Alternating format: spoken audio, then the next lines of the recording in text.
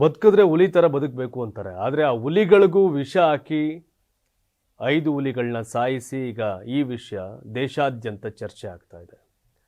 ಹುಲಿಗಳಿಗೆ ವಿಷ ಹಾಕ್ತಂಥ ವ್ಯಕ್ತಿ ಯಾರಪ್ಪ ಪುಣ್ಯಾತ್ಮ? ಮನ್ಸಾರ ಹೇಗೆ ಬತ್ತು ಅಂತ.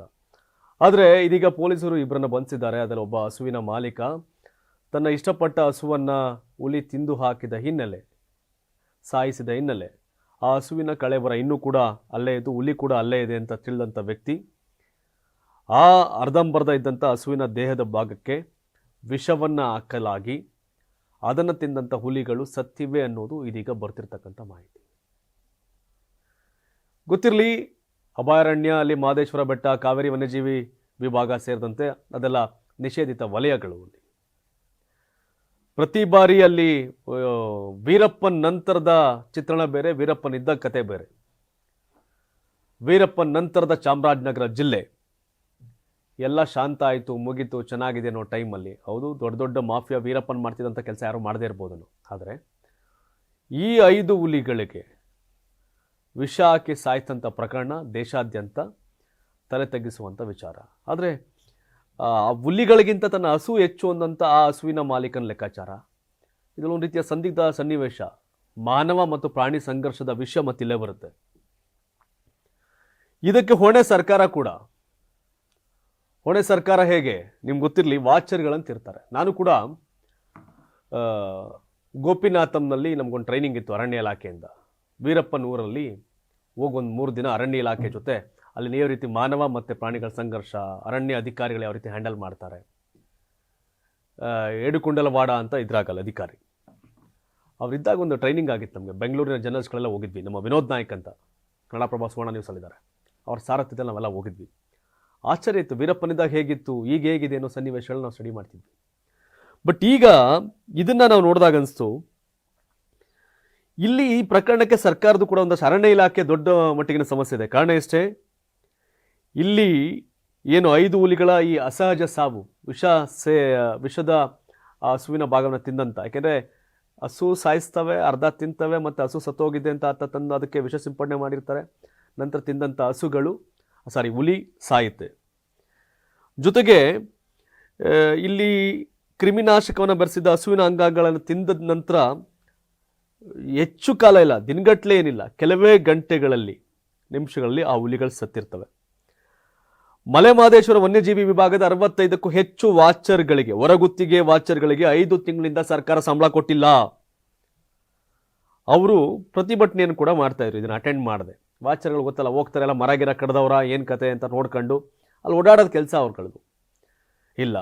ಮತ್ತು ಇನ್ನೊಂದು ಅಂಶ ಇದೆ, ತಮಿಳುನಾಡಿನ ಗೊಬ್ಬರ ಮಾಫಿಯಾ ಅಂತ. ಗೊಬ್ಬರ ಮಾಫಿಯಾ ಅಂದರೆ ತಮಿಳುನಾಡು ಕಾಡಿನಲ್ಲಿ ದನಗಳನ್ನ ಮೇಯಿಸಲು ಅರಣ್ಯ ಇಲಾಖೆ ನಿರ್ಬಂಧ ಇದೆ ತಮಿಳುನಾಡು ಭಾಗದಲ್ಲಿ. ಸೊ ಹಾಗಾಗಿ ಮಹದೇಶ್ವರ ಬೆಟ್ಟಕ್ಕೆ ತಂದಿಲ್ಲಿಗೆ ಹಸುಗಳನ್ನ ಬಿಡ್ತಾರೆ. ಆ ಗೊಬ್ಬರ ಇವೆಲ್ಲ ಕಾರಣಕ್ಕೆ ಕೇರಳ ಮತ್ತು ತಮಿಳುನಾಡು ಡಿಮ್ಯಾಂಡ್ ಇದೆ ಅನ್ನೋದು ಕೂಡ ಚರ್ಚೆ ಇದೆ. ಗೊಬ್ಬರ ಮಾಫಿಯಾ ಇದೆ ಅನ್ನೋದು ಚರ್ಚೆ ಇದೆ. ಒಂದು ಎರಡನೇದು, ಇಲ್ಲಿ ಆ ಥರದ ಇದು ಅಂದರೆ ಇತ್ತೀಚಿನ ದಿನಗಳಲ್ಲಿ ಗ್ರಾಮೀಣ ಭಾಗದಲ್ಲಿ ದೇಸಿ ದನಗಳ ಸಂಖ್ಯೆ ಕಡಿಮೆ ಆಗಿ ಹೈಬ್ರಿಡ್ ದನಗಳ ಸಂಖ್ಯೆ ಜಾಸ್ತಿ ಆಗ್ತಾ ಇದೆ. ಹೀಗಾಗಿ ಇಲ್ಲಿ ಬರ್ಗೂರು ತಳಿಯ ದನಗಳು ಕಾಡಿನಲ್ಲಿ ಮೇಯೋದ್ರಿಂದ ದನಗಳ ಸಗಣಿಯಲ್ಲಿ ಸಾವಯವ ಅಂಶ ಹೆಚ್ಚಾಗಿರುತ್ತೆ. ಹಾಗಾಗಿ ಆ ಗೊಬ್ಬರದ ಕಾರಣಕ್ಕೆ ಹಸುಗಳಲ್ಲಿ ಯಥೇಚ್ಛವಾಗಿ ಸಾಕ್ತಾ ಇದ್ದಾರೆ ಅಂತ ಒಂದು ವರದಿ ಕೂಡ ನಮ್ಮ ಇನ್ಪುಟ್ಸ್ ಕೊಟ್ಟಿದ್ದಾರೆ, ಹಿಂಗಿದೆ ಅಂತ. ಅದ್ರ ವಿಷಯ ಇಷ್ಟೇ, ಮಾನವ ಮತ್ತು ಪ್ರಾಣಿಗಳ ಸಂಘರ್ಷ ಇದೆಯಲ್ಲ, ಅದು ತಪ್ಪಲ್ಲ. ಆದರೆ ಹಸುವನ್ನು ತಿಂದು ಹುಲಿಗಳು, ಆ ಒಂದು ಹಸುವಿನ ಕಾರಣಕ್ಕೆ 5 ಹುಲಿಗಳಿಗೆ ವಿಷ ಹಾಕಿ ಸಾಯಿಸೋದಿದೆಯಲ್ಲ, ದುರಂತ. ಅವ್ರನ್ನ ಒಕ್ಕಲೆಪ್ಸೋ, ಮತ್ತೊಂದು ಕಡೆಗೆ ತಂದು ಪುನರ್ವಸತಿ ಕಲ್ಪಿಸುವಂಥ ಕೆಲಸವನ್ನು ಸರ್ಕಾರ ಮಾಡಬೇಕಾಗಿತ್ತು. ಅದನ್ನು ಮಾಡ್ತಾ ಇಲ್ಲ, ಕೆಲವರು ಜಲ್ಲಿಂದ ಬರ್ತಾ ಇಲ್ಲ. ಆ್ಯಂಡ್ ಎರಡನೇದು, ವಾಚರ್ಗಳಿಗೆ ಸಂಬಳ ಕೊಡೋಕ್ಕಾಗಲಿಲ್ಲ 5 ತಿಂಗಳಿಂದ ಗುತ್ತಿಗೆ ನೌಕರರಿಗೆ ಅಂದರೆ ಇನ್ಯಾವ ಸೀಮೆ ಸರ್ಕಾರ ನಡೆಸ್ತಾರೆ ಇವರಲ್ಲ? ಇನ್ಯಾವ ಸೀಮೆ ಸರ್ಕಾರ ನಡೆಸ್ತಾರೆ? ಗುತ್ತಿಗೆ ನೌಕರರಿಗೆ ವ್ಯವಸ್ಥೆ ಯಾವ ರೀತಿ ಕನೆಕ್ಟ್ ಆಗುತ್ತೆ ಅಂತ. ಆ ಜನಗಳನ್ನ ಕಾಡಲ್ಲಿರೋನ ತಂದು ಹೊರಗಡೆ ಬಿಡೋಕ್ಕಾಗಲ್ಲ, ಅಲ್ಲೇ ಜೀವನ ಕಟ್ಕೊಂಡಿದ್ರೆ ಭಾಳ ಇದರಿಂದ ತಲೆಮಾರುಗಳಿಂದ. ಕಾಡು ಮತ್ತು ಜನ ಎರಡರ ನಡುವಿನ ಸಂಘರ್ಷ, ಅದನ್ನು ಸರ್ಕಾರ ಹ್ಯಾಂಡಲ್ ಮಾಡೋ ರೀತಿಯಲ್ಲಿ ಸೋತಂಥ ಸನ್ನಿವೇಶ. ಮತ್ತವನು ಯಾವುದೋ ಹಿಂಗೆ 100 ಬಿಡಾಡಿ ದನಗಳ ಸಾಕಿದಾಗ ಎಲ್ಲೋ ತಿಂದರೆ ಯಾರೋ ತಲೆ ಕೆಡಿಸ್ಕೊಳ್ಳಲ್ಲ. ನನ್ನ ಪ್ರೀತಿಯ ಹಸು ತಿಂತು ಹಾಗಾಗಿ ಅಂತನೋ, ಇವತ್ತು ಈ ಹಸು ತಿಂದಿದ್ರೆ ನಾಳೆ ಬಂದ ಉಳ್ದವನ್ನ ತಿಂತವಿಲ್ಲೇ, ಇವನ್ನ ಇಲ್ಲಿಂದ ಓಡಿಸ್ಬೇಕು ಅನ್ನೋಕ್ಕಿಂತ ಸಾಯಿಸ್ಬೇಕು ಅಂತ ಆಗ್ತಂಗಿದೆ ವಿಷಾನ. ಹೇಳೋದಲ್ಲ, ಹುಲಿ ಅಂದರೆ ಕನ್ಸಲು ಭಯ ಬೀಳುವಂಥ ಸನ್ನಿವೇಶ. ಆದರೆ ಆ ಹುಲಿಗೆ ವಿಷ ಆಗ್ತಂಥ ಮನಸ್ಥಿತಿ ಇದೆಯಲ್ಲ, ನಿಕೃಷ್ಟ ಸನ್ನಿವೇಶ. ಹೇಳೋದಲ್ಲ, ಪ್ರೀತಿ ಹಸು ಇರ್ಬೋದೇನೋ, ಹಸುನ ಪ್ರೀತಿ ಮಾಡೋನು ಹುಲಿ ಪ್ರೀತಿ ಮಾಡಲ್ವೇ? ಆದರೆ ಈ ಹಸು ತಿಂದಂಥ ಹುಲಿಗಳು ಸತ್ತರೆ ಇನ್ನೊಂದಷ್ಟು ಹಸುಗಳು ತಿಂದೇ ಇರ್ಬೋದೇನೋ ಅನ್ನೋ ದಾಟಿಲಿ ಹಾಕಿರ್ಬೋದೇನೋ, ಅದನ್ನು ಪೊಲೀಸರು ಇನ್ವೆಸ್ಟಿಗೇಷನ್ ಮಾಡ್ತಾರೆ. ಬಟ್ ಕರ್ನಾಟಕಕ್ಕೊಂದು ರೀತಿಯ ಕೀರ್ತಿ, ನಮ್ಮಲ್ಲಿ ಹುಲಿಗಳ ಸಂಖ್ಯೆ ಇಷ್ಟಿದೆ ಅನ್ನೋದೇ ನಮಗೊಂಥರ ಖುಷಿ. ಆದರೆ ಒಟ್ಟೊಟ್ಟಿಗೆ 5 ಹುಲಿಗಳನ್ನ ಸಾಯಿಸೋದಿದೆಯಲ್ಲ, ದುರಂತ ಸನ್ನಿವೇಶ. ಕಾಡು ಮತ್ತು ನಾಡು ನಡುವಿನ ಸಂಘರ್ಷದ ಬಗ್ಗೆ ಸರ್ಕಾರ ಗಮನ ಹರಿಸ್ಬೇಕು, ಸರಿ ಮಾಡಬೇಕು. ಬಟ್ ಈ ಪ್ರಕರಣ ಇದೆಯಲ್ಲ, ಅದು ಪ್ರಾಣಿನೇ, ಹಸು. ಹುಲಿ ಕೆಲಸನೇ ಅದನ್ನು ತಿಂದು ಬದುಕೋದು, ಪ್ರಾಣಿಗಳನ್ನ ಬೇಟೆಯಾಡಿ ಬದುಕೋದೆ ಹುಲಿ ಕೆಲಸ. ಹುಲಿನೂ ಬೇಟೆಯಾಡಬಾರ್ದು ಅಂತ ವಿಷಯಕ್ಕೆ ಸಾಯಿಸೋದಿದೆಯಲ್ಲ, ನಿಕೃಷ್ಟತನ, ತಪ್ಪು. ಒಂದು ಗ್ರಾಮೀಣ ಭಾಗ, ಕಾಡಂಚಿನ ಊರುಗಳು, ಆ ಸಂಘರ್ಷಗಳು ಸಹಜ, ಬರ್ತವೆ, ತಿಂತವೆ, ಹೋಗ್ತಿರ್ತವೆ. ಹಾಗಂತ ಇರೋರೆಲ್ಲ ವಿಷ ಹಾಕ್ಬಿಟ್ರೆ ಹಾಸನ, ಬೇಲೂರು ನೆಮ್ಮದಿಯಾಗಿ ನಿದ್ದೆ ಮಾಡೋಕ್ಕಾಗ್ತಿಲ್ಲ. ಸಕಲೇಶ್ಪುರ, ಬೇಲೂರವರು ಆನೆಗಳು ಸಾಯಿಸೋಕ್ಕಾಗತ್ತೇನು? ಸರ್ಕಾರ ಅವನ್ನ ಹಸ್ತಾಂತರ ಮಾಡಲ್ವಾ?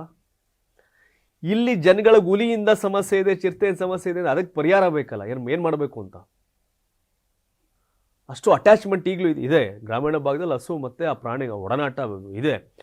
ತನ್ನ ಪ್ರೀತಿ ಹಸುವನ್ನು ತಿಂದಂಥ ಹುಲಿ ಅದು ಸಾಯಿಲಿ ಅಂತ ವಿಷ ಹಾಕೋದಲ್ಲ, ಇದೇನೋ ಬೇರೆ ಲೆಕ್ಕಾಚಾರ ಇದ್ದಂಗಿದೆ. ಇವತ್ತು ಮಾನವನೇ ಅಷ್ಟೊಂದು ಬಾಂಡಿಂಗ್ ಇಲ್ಲ. ಅವ್ರ ಹಸು ಜೊತೆ ಅಷ್ಟೊಂದು ಬಾಂಡಿಂಗ್ ಅಂತ ನಾವು ಚರ್ಚೆ ಕೂಡ ಬರುತ್ತೆ. ಅವ್ರ ಸೆಂಟಿಮೆಂಟ್ ನಾವೇನು ಪ್ರಶ್ನೆ ಮಾಡೋ ಅವಶ್ಯಕತೆ ಇಲ್ಲ. ಆದರೆ ಹಸು ತಿಂತಲ್ಲ ಅನ್ನೋ ಕಾರಣಕ್ಕೆ ಹುಲಿಗೆ ವಿಷ ಹಾಕೋದಿದೆಯಲ್ಲ, ಅದರಂಥ ನೀಚ ಕೃತ್ಯ ಇನ್ನೊಂದಿಲ್ಲ ಅಂತ ಹೇಳ್ಬೋದು. ತಾವೇನು ಹೇಳ್ತೀರಿ ಈ ಪ್ರಕರಣದ ಬಗ್ಗೆ? ಶಿಕ್ಷೆನೇ. ಯಾರಿಗೋ ಒಬ್ರಿಗೆ ಮೆಸೇಜ್ ಮಾಡಿದ್ರು ಅಂತ ಯಾರೋ ಒಬ್ರು ಇರೋ ಇನ್ನೊಬ್ರು ಹತ್ಯೆಯಲ್ಲಿ ಭಾಗಿಯಾದಂಥ ಪ್ರಕರಣ ಜೈಲಿಗೆ ಹೋಗಿ ಬರಲಿಲ್ವೇ? ಸೊ ಹಾಗಾಗಿ ತಪ್ಪೇ. ಹಂಗನ್ಬಿಟ್ಟು ಹಸು ತಿಂತು ಅಂತ ಹುಲಿ ತನ್ನ ಜೈಲಿಗೆ ಹಾಕೋಕ್ಕಾಗ್ತಿರ್ಲಿಲ್ಲ, ಶಿಕ್ಷೆ ಕೊಡೋಕ್ಕಾಗ್ತಿರಲಿಲ್ಲ. ಆದರೆ ಹಸುವನ್ನು ಹುಲಿ ತಿಂತು ಅನ್ನೋ ಕಾರಣಕ್ಕೆ ಹುಲಿಯನ್ನು ವಿಷ ಹಾಕಿ ಸಾಯಿಸಿದಂಥದಕ್ಕೆ ಶಿಕ್ಷೆ ಇದೆ. ತಮ್ಮ ಅಭಿಪ್ರಾಯ ಏನು ಈ ಪ್ರಕರಣದ ಬಗ್ಗೆ? ಕಾಮೆಂಟ್ ಮಾಡಿ. ಧನ್ಯವಾದ. ಇದು ಕರ್ನಾಟಕ ಟಿವಿ, ಕನ್ನಡಿಗರ ಧ್ವನಿ. ನಾನು 86 kg ಇದ್ದವಳು 71 kg ಬಂದಿದ್ದೀನಿ. ವಯಸ್ಸಾದ್ಮೇಲೆ ಸ್ಮಾರ್ಟ್ ಆಗಿ ಕಾಣ್ತೀರಾ ಅಂದ್ರೆ ಜಿನ್ನಿ. 126 kg ವೇಟ್ ಇದ್ದು ನಾವು ಈಗ 114 kg ಲೆಕ್ಕ ಬಂದಿದ್ದೀವಿ. ಯಾವುದೇ ಸೈಡ್ ಎಫೆಕ್ಟ್ ಆಗಿಲ್ಲ. 84 ರಿಂದ 50 kg ಬಂದೆ. ಆಮೇಲೆ ಸಣ್ಣಗೆ ಫಿಟ್ ಆಗಿದ್ದೀನಿ. ಅದಕ್ಕೆ ನಾನು ಯೂಸ್ ಮಾಡ್ತಾ ಇರೋದು ಜೀನಿ ಸ್ಲಿಮ್. 84 ರಿಂದ 50 kg ಬಂದೆ. ಆಮೇಲೆ ಸಣ್ಣಗೆ ಫಿಟ್ ಆಗಿದ್ದೀನಿ. ಅದಕ್ಕೆ ನಾನು ಯೂಸ್ ಮಾಡ್ತಾ ಇರೋದು ಜೀನಿ ಸ್ಲಿಮ್. ಸಣ್ಣ ಆಗಕ್ಕೆ ಜೀನಿ ಸ್ಲಿಮ್ ಯೂಸ್ ಮಾಡದೆ ಹೆಲ್ದಿನೂ ಅದೇ. ನೀವು ಸಣ್ಣ ಆಗ್ಬೇಕಾ, ಹೆಲ್ದಿ ಆಗ್ಬೇಕಾ? ಹಾಗಿದ್ರೆ ಜೀನಿ ಸ್ಲಿಮ್ ಯೂಸ್ ಮಾಡಿ. ಸಣ್ಣ ಆಗೋದಕ್ಕೆ ಯಾವುದೋ ಪ್ರಾಡಕ್ಟ್ ಹೇಳ್ತಾ ಇದ್ದಾಳೆ, ಏನಾದರೂ ಸೈಡ್ ಎಫೆಕ್ಟ್ಸ್ ಇದೆ ಅಂತ ಯೋಚನೆ ಮಾಡ್ತಾ ಇದ್ದೀರಾ? ಖಂಡಿತ ಇಲ್ಲ. ಯಾಕಂದ್ರೆ ಇದು ಕೆಮಿಕಲ್ ಫ್ರೀ. ಸಣ್ಣ ಆಗಬೇಕು ಅಂದರೆ ಜೀನಿ ಸ್ಲಿಮ್ ಯೂಸ್ ಮಾಡಿ. ಹೆಚ್ಚಿನ ಮಾಹಿತಿಗೆ ಕೆಳಗೆ ಡಿಸ್ಪ್ಲೇ ಆಗ್ತಿರೋ ನಂಬರ್ಗೆ ಕಾಲ್ ಮಾಡಿ.